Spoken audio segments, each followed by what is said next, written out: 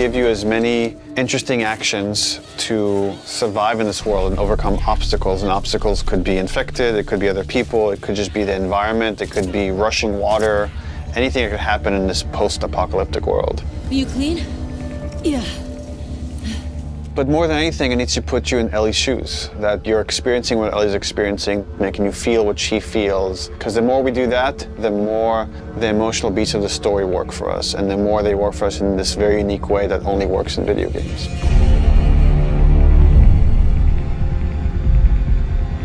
The gameplay philosophy of The Last of Us Part 2 is putting you in the shoes of Ellie and everything that that means. It means giving you a threat constantly, as this world has. It means giving you the hard choices. Because this game takes place in such a hostile universe and our characters are pushed to do really difficult things, we want to put you in alignment with those choices. We want you to understand how hard certain decisions were for these characters, because they're hard for you. I would say the overarching philosophy of how we approached designing the game mechanically is how can we take things to the next level. Everything kind of comes out of the story. And how do we do it through systems? So one is you have to feel the pressure of survival. Survive by the skin of my teeth. How do I use all the scrap around me, any kind of bullet, any kind of rag, any kind of bottle of alcohol? How do we give you that sense of being a survivor in this world?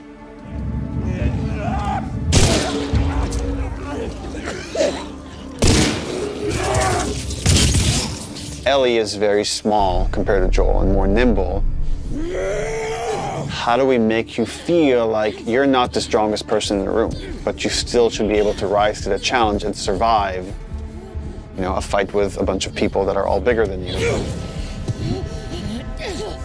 So therefore it meant creating a character and systems and mechanics that allow you to be much more nimble.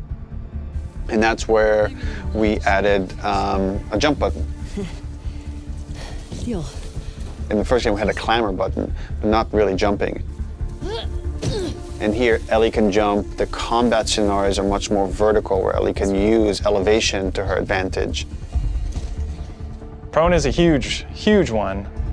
Prone, obviously, it means to lay flat on the ground. Something so simple, again, something that in real life you'd be able to do. Letting the player have access to all their weapons, all the items, crafting, everything, while in that position. And it just creates so many more emergent things in gameplay. Now that we have this other state that the player could be in, which are very low to the ground, how else can we use this other than just hiding in vegetation? We're like, well, there's a lot of man-made things or different structures that have collapsed that allow just enough space for you to crawl under, which means that now, as enemies are looking for you, you can crawl under things and hide, and it's just one more way to assess your environment and use it to Ellie's advantage. Now, because you can hide under things, we gave the enemies, we made them smarter and gave them the ability to look under things. So while you might hide somewhere and be safe for a while, eventually they're going to start looking under stuff, and if you're hiding under a truck and they spot you, they're going to yank you out and then try to kill you.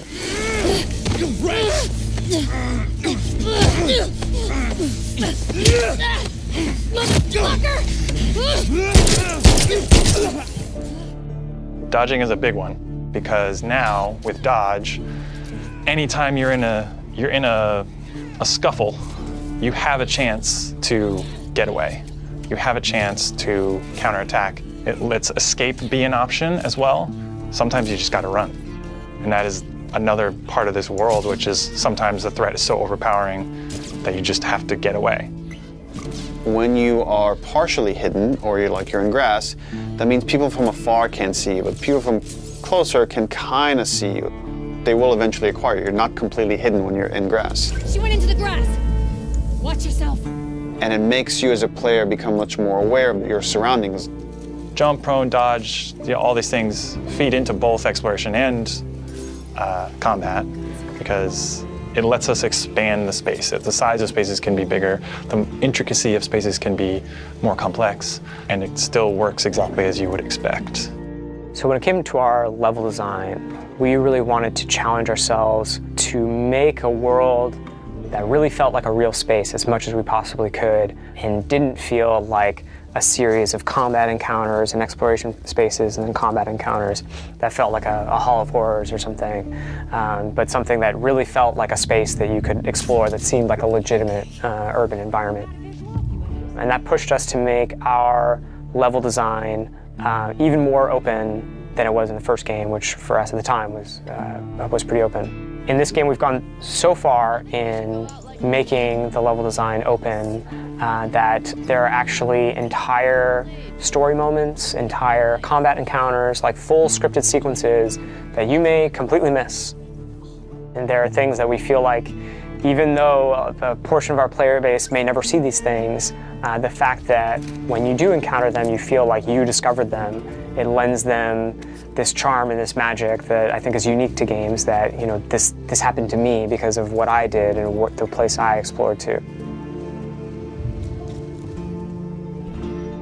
Crafting is very much about a payoff to exploration, meaning that when you enter new spaces, you want to look around for supplies. You want to open drawers and cabinets and look for different things that will allow you to craft either items that can help you heal, items that can help you attack multiple enemies at once, such as the Molotov or the landmine that Ellie can craft. Items that can help augment your weapons, like a silencer for her pistol, or craft new kinds of ammo. It also gives us tons of interesting gameplay choices and overlaps that you can do at any moment and on the fly. We try to be a game that wants you to make a lot of different decisions in combat as possible. And the way that we've expanded the recipe roster and all of the recipes and how they interact with each other is carefully chosen for the different ingredients and making sure that you always have these interesting decisions to make. We put a much stronger emphasis on the importance of the choices you make in the long term for your character. It'll be useful. Through the weapon upgrade system, through the player upgrade system, there aren't enough resources in a single playthrough to fully upgrade your character. The choices that you make, you're going to have to live with, and we wanted to make sure that all of the choices that you made had a really noticeable and tangible effect on the way that you play.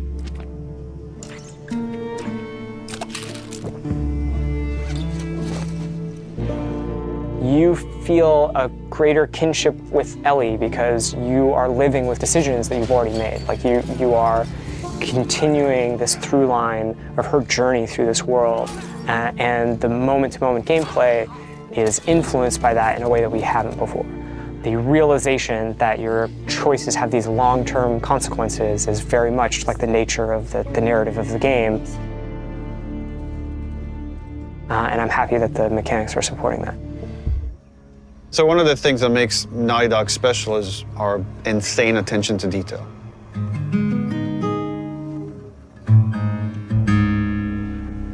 And that comes from just extreme amount of research. So whether it's researching a theme, let's say this idea of retribution or justice, like we would read a ton of books and look at movies and even watch like interviews and news programs about stuff that's going on in the world and then discuss it among ourselves, like what's happening here? What can we draw from this? How can we base these fictional characters on reality to make them feel more authentic?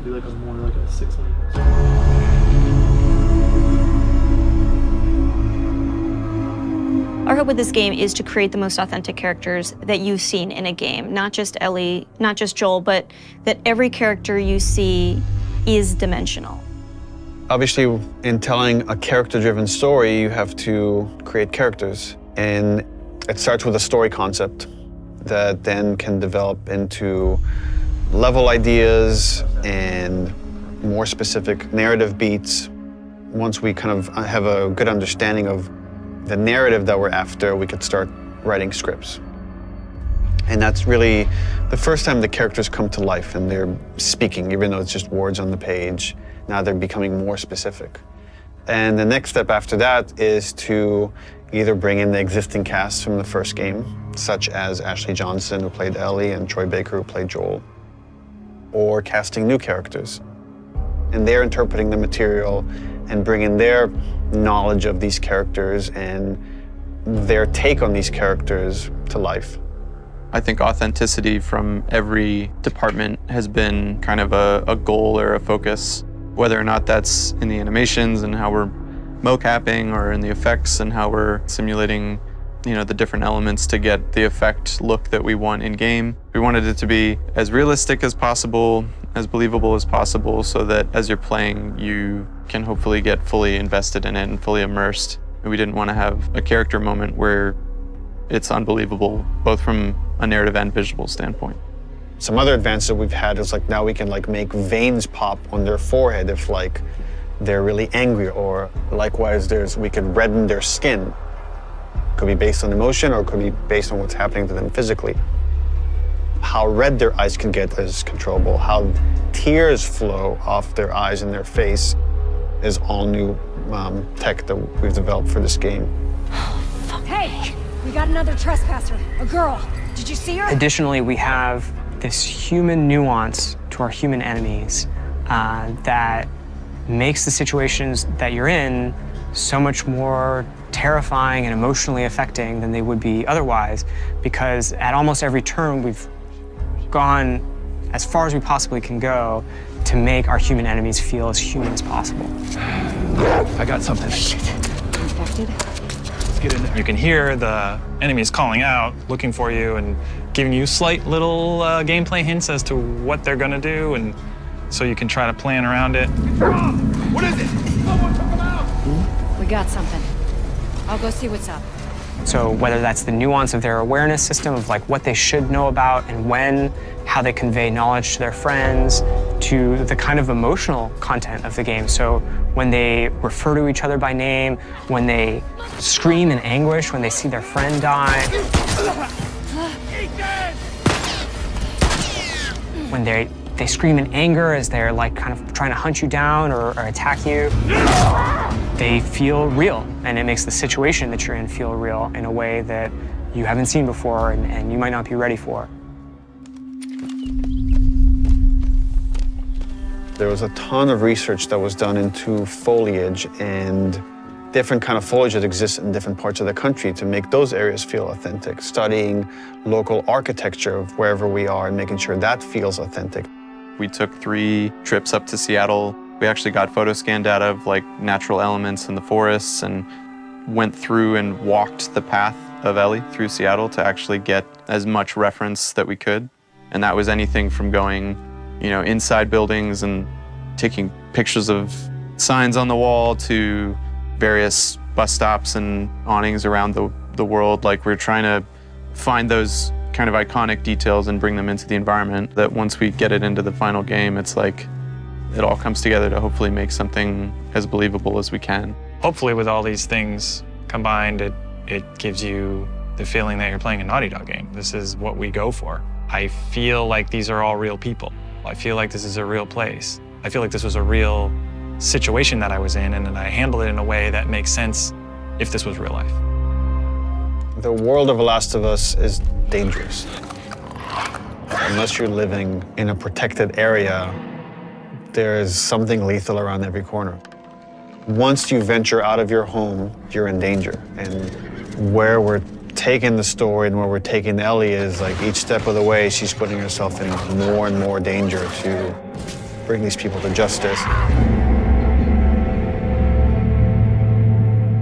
I would say that the world, in every sense of the word, is bigger than The Last of Us Part 1. Both in scale and the amount of physical space that exists for you to explore, for you to encounter other people. Yeah, this route has its perks.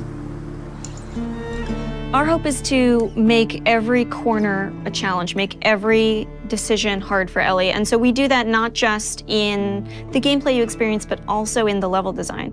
So part of that is making certain experiences really hostile, be it through weather or through rivers or craggy cliffs or slick snow. But we also use it in terms of how blind the player is. Like, what can they see? How safe do you feel? Can you see a threat coming around the corner? You never know if the bullets in your gun are going to be enough. You never know if you can stop and bandage your arm. You can never fully breathe. And we want you to be in alignment with Ellie, who can never fully breathe when she experiences this trauma. For Jackson specifically, we wanted to make it feel like a very close-knit kind of community that's focused on family, focused on sustainable ways of living. I obviously have the hydroelectric dam generator that's powering the town, so we have, you know, electricity in Jackson, which is not something that maybe players would expect to see in the world. But given that we're further in time, we wanted to show that there are certain people dedicated in the world to rebuilding a life that doesn't revolve around killing people and scavenging. As you walk around the town, you can hear kids laughing. You could see people going into restaurants and eating, and it's a very kind of tranquil town. Now, we know there's all these horrible things happening outside the walls, but they've been able to protect the innocence of this town. Jackson, in many ways, represents what is at stake for our characters, a life of peace and relative comfort, a life where you can fall in love, a place where children can play and it's okay. And I think, you know, when we were looking at building out Jackson, it's like, okay, how many of those moments can we represent? What's awesome about the world of The Last of Us is it shows just how precious the things that we take for granted in our everyday lives, how precious those things really are.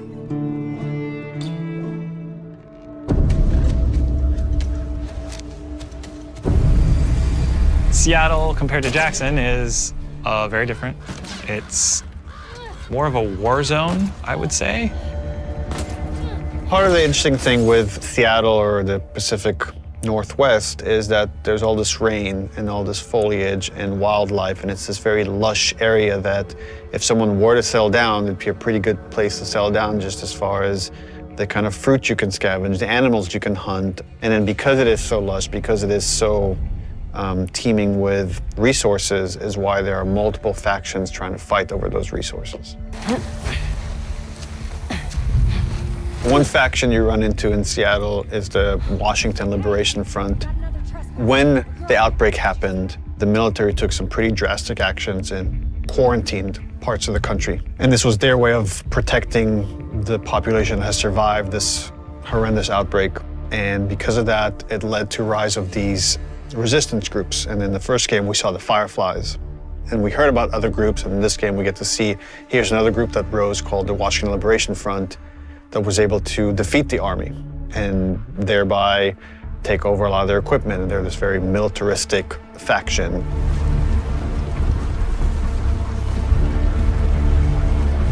And at the same time, you have the Seraphites. And they're a religious group that also came up out of the outbreak that believed that the pandemic came because of sin.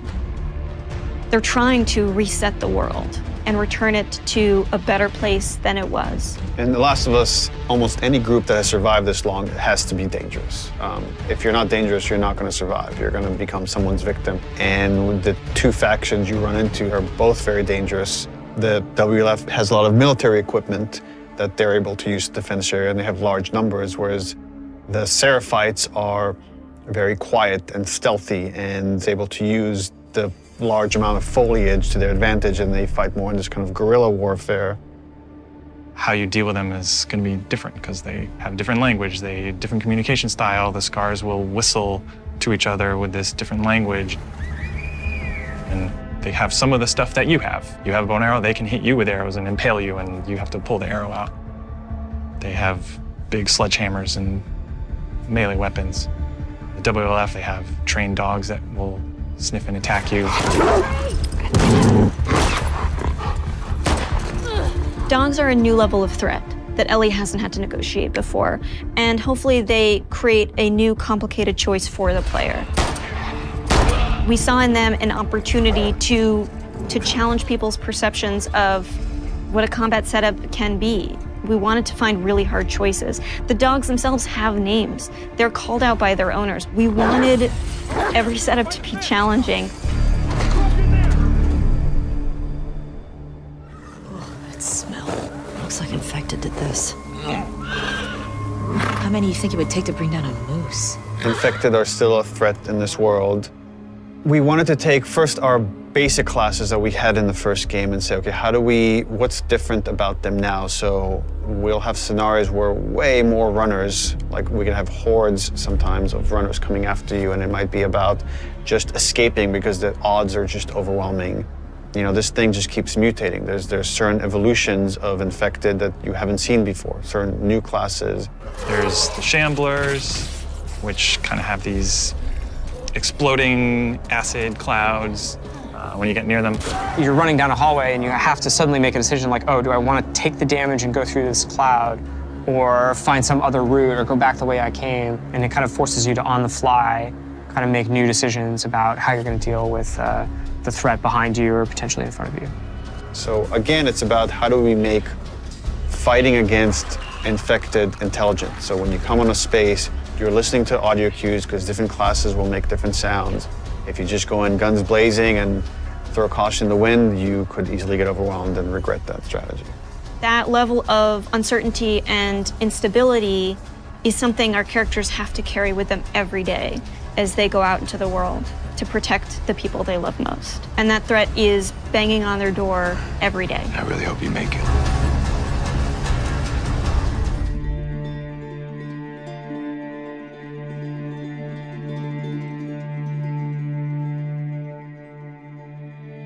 I wish things were different. Ellie! But they ain't.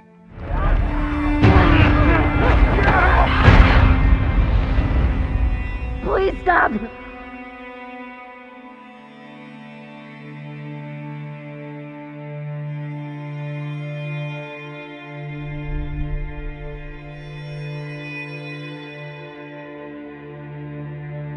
I'm leaving tomorrow. To do this smart, we'd be leaving Jackson vulnerable. So they just get to get away with this? How'd you find us? You can't stop this. I want what you want. But not at any cost.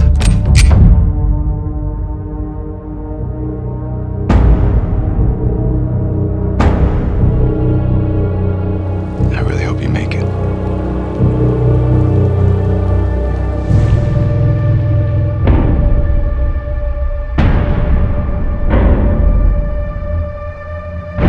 I have to finish it. There's a cost.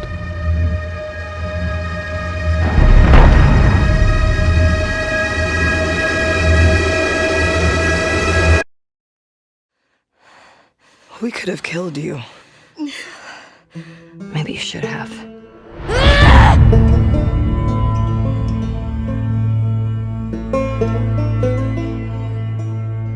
I'm Neil Druckmann, Vice President of Naughty Dog and the Director of The Last of Us Part 2.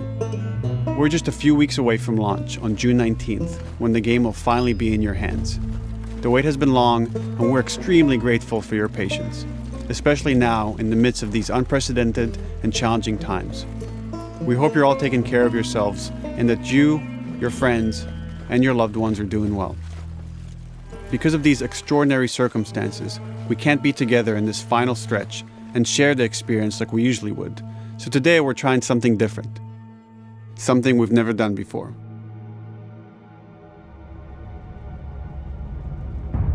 Over the next 20 minutes or so, we're going to give you an in-depth look into what awaits you in The Last of Us Part 2, including new details about the gameplay experience and story.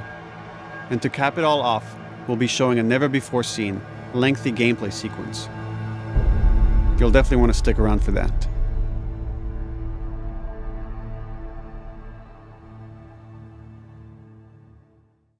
I don't know what happened. I was supposed to take her to the Fireflies and walk away. They were actually going to make a cure. The only catch, it would kill her. The Last of Us Part 2 picks up Ellie and Joel's story several years after the events of the first game. Ellie and Joel have settled in Jackson, Wyoming, amongst a thriving community of survivors. With the threats of the world kept outside the town's walls, Jackson has been able to find relative peace and even stability. Ellie is now 19, lives on her own, and has been able to forge lasting relationships within the community. Scale of 1 to 10, how would you rate our kiss from last night? However, this peace is short-lived. Jackson and Ellie suffer a violent and traumatizing event. Ellie sets off back into the treacherous outside world in search of retribution and justice. Her journey will take her to new parts of the country previously unexplored in The Last of Us. The story spans multiple seasons and climates, from the snow-capped mountains of Jackson to the lush Pacific Northwest. Each introduces a wide range of exterior and interior environments for you to navigate and explore, rendered in meticulous detail and unprecedented scale with the latest iteration of the Naughty Dog engine. Our goal was to make these environments not only beautiful, but feel as grounded and authentic to the cities they're based on as possible. Much of the story unfolds in what remains of Seattle, a massive former quarantine zone. Its locales are incredibly diverse, spanning a dense city center with a skyline of towering high-rises to the beautiful suburbs and stormy waterfronts that surround it. The city exhibits drastic shifts in architecture, elevation, and weather. And with Part 2, we've introduced new traversal mechanics that afford greater exploration and ways to navigate threats. Ellie is not only able to climb and jump over gaps, but she can use ropes to scale vertical terrain or swing over obstacles, allowing you to discover new areas, resources, and side narratives. These more open environments also create new strategic considerations in combat, whether it's to get the jump on enemies or bypass them entirely. The Last of Us Part 2 features some of the largest environments we've ever created. Horseback riding will allow Ellie to quickly cover some of these expansive terrains. Some streets are so flooded that a boat is required to navigate them. However, the world of The Last of Us is as lush and inviting as it is deadly. As Ellie uncovers the path to finding those who have wronged her, she must face the many threats of this unknown city. In the wake of the pandemic and the fall of the quarantine zone, Seattle has become a war zone, where two warring factions find themselves in an ongoing conflict for territory and resources. One of these groups is the Washington Liberation Front, otherwise known as the WLF. The WLF are a militia group that began as resistance to the military occupation of Seattle, and eventually wrestled control of the city from them.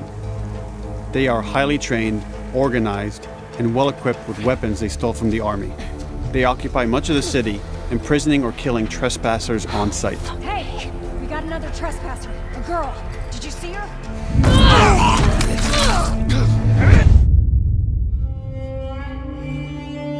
On the other side of this bloody conflict is a group of religious zealots called the Seraphites, or Scars, defined by the self-inflicted deep cuts that they bear across their faces. Like the WLF, they're deeply tribalistic and territorial. They're known for being stealthy, using overgrowth as cover, and they use more silent weapons like bows and arrows. Clip her wings.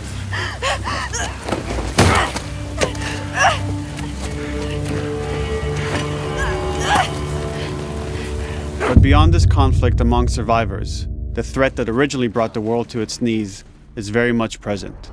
Every human is in danger of falling victim to the infected. They are the recently infected runners, who are more numerous and aggressive in this game. The blind but extremely deadly clickers, and the stalkers, who sneak and hide until they're ready to attack, surprising their victims with extreme agility and brutal violence.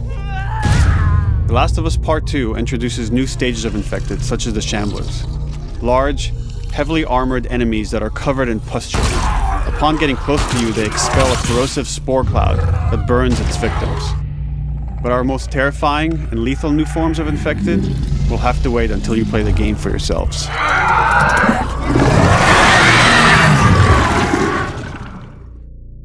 Overcoming these threats will require careful consideration of how you approach every combat encounter and how you leverage Ellie's unique skills, equipment, and the environment to your advantage. Let's get in there. The WLF patrol the streets of Seattle with guard dogs, which are capable of detecting and following you, even while in cover. You think this guy's connected to the They can pick up your scent and alert their handlers to your presence. Listen mode will reveal your scent trail, so keep moving and cause distractions to avoid detection. They could be hiding anywhere. 25 years after the pandemic began, the world is completely overgrown. Use tall grass to hide from enemies and go prone to stay out of sight. However, this form of analog stealth means you're never fully hidden. If enemies get close enough, they can discover you, even in grass. When Ellie is overwhelmed, running away is a viable option. You can also break glass or crawl through tight spaces to find new paths or areas to evade or take on your enemies. In any given combat situation, you can flee an encounter and re-establish stealth to regain the advantage. If you absolutely have to fight your way out, there are a variety of tools at your disposal. Ellie's more agile than most of her enemies. She can sprint and quickly dodge incoming attacks. Learning how opponents attack with different weapons and mastering the timing of your dodges will prevent you from taking damage and create opportunities to counterattack. You can use throwable items or well-placed shots to stun enemies before dealing a killing blow. Or using them as a shield to protect yourself or buy some time to figure out your next move.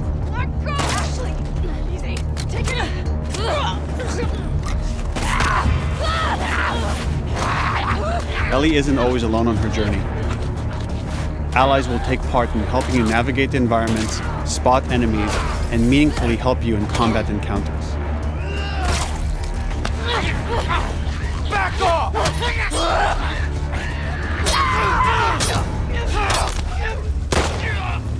Got you now!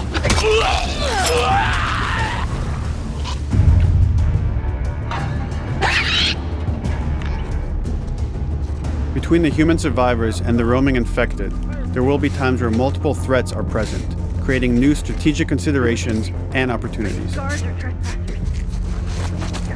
You can choose whether to attack these opponents separately and directly, or find ways to pit them against each other.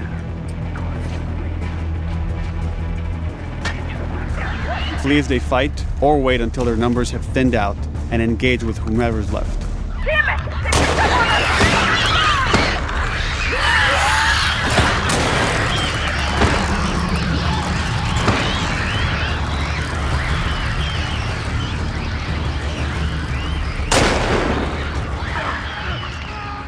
Our goal is to create unparalleled tension, coupled with deep systems that give you greater control and influence over your journey.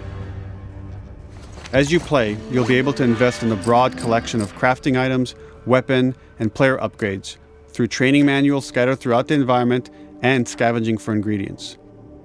These skills and upgrade manuals cater to a variety of playstyles, and the choices you make will create your own distinct experience.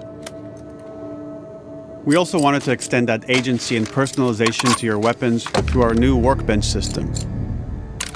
Scavenge for parts to modify and improve your weapon's performance and attributes, all of which are visualized and become part of your character.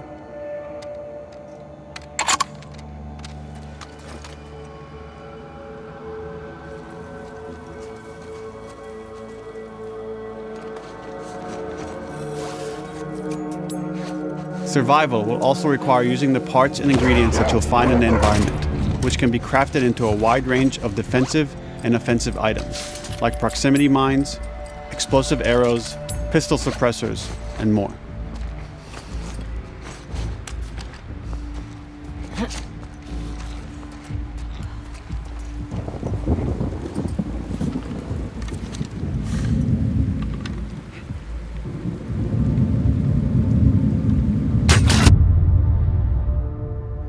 All of these gameplay systems are meant to immerse you in the world and make you feel in lockstep with Ellie's emotional journey.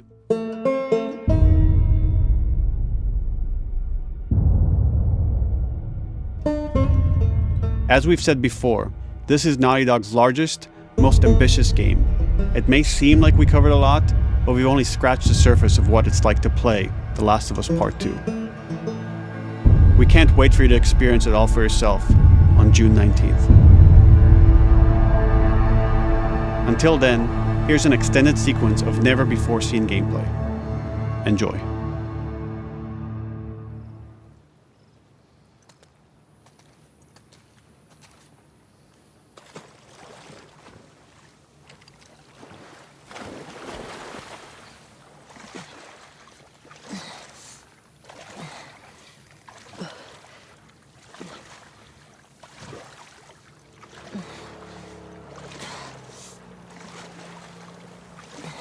Did you find her yet? Escape while no one was looking.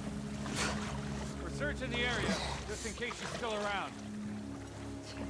Isaac's not happy about it. No shit. Escape. What the fuck are they talking about?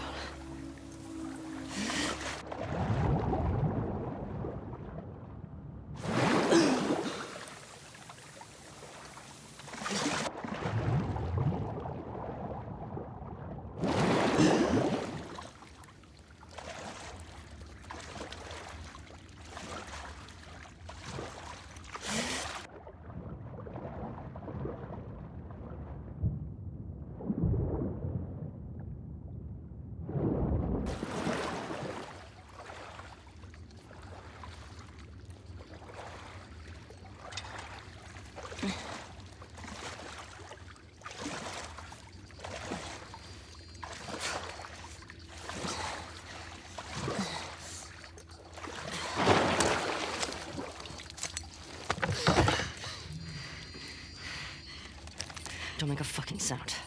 Hands up. Let me see. Do you know a girl named Nora? Sure, yeah. Where is she? In the hospital. Where in the hospital? Yeah, they're clearing out the upper floors. She's somewhere in there.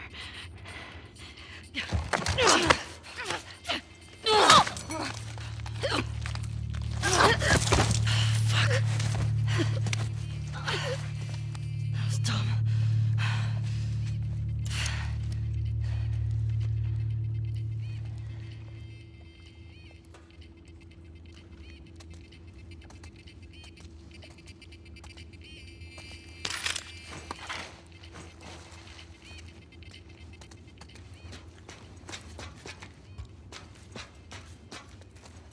Boat's away. Word is we're almost wrapped up. Good. I got my girl waiting for him for Bob. You shitting me? They put you with Joe again? Upstairs. Hey, we get the job done. I bet you do. Oh, this is not fair. I'm telling you, man. Data soldier. It makes these shifts so much easier. Sure. I'll keep that in mind. Fuck. Sounds like scars are getting closer. Hope that's our guys executing those freaks. Hey, did you hear why we're all getting called up to the fob? I heard that Isaac wants us to retake all of downtown. I heard we might take the fight to them. Oh, no way. Not after what went down last time. Even Isaac isn't that crazy. It's what I heard.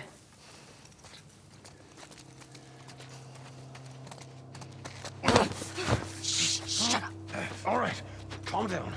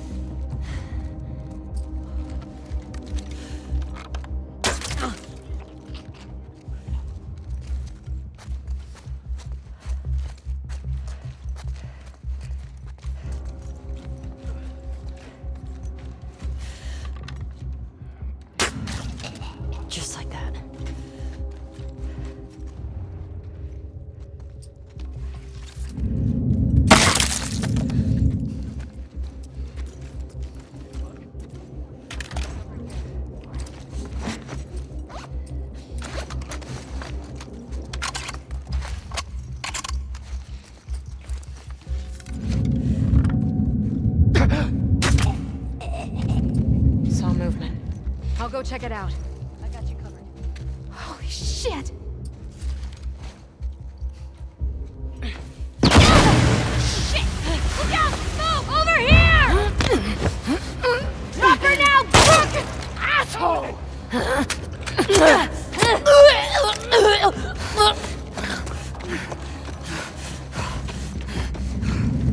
I found her!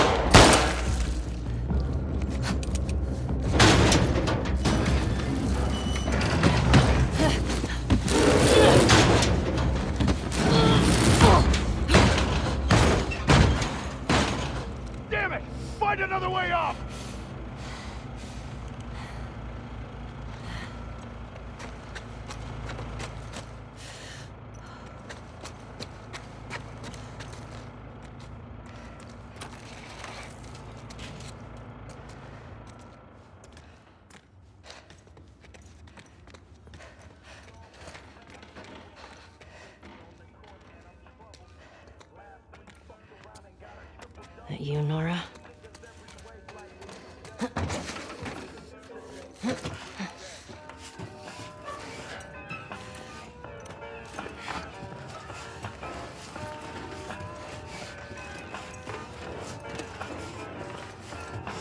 Maybe if you posted more guards, Abby would still be herself. What the fuck was Abby here? I'm not stupid.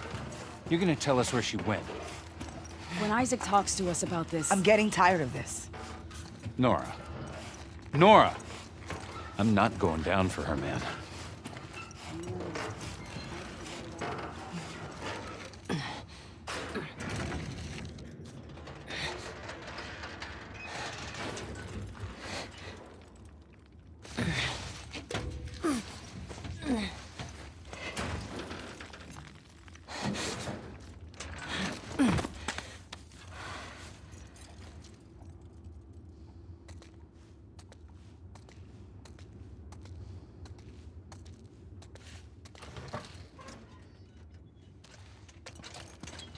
Don't scream.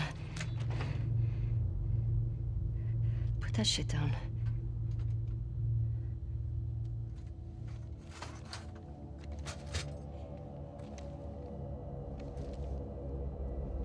You remember me? Yeah. You remember me.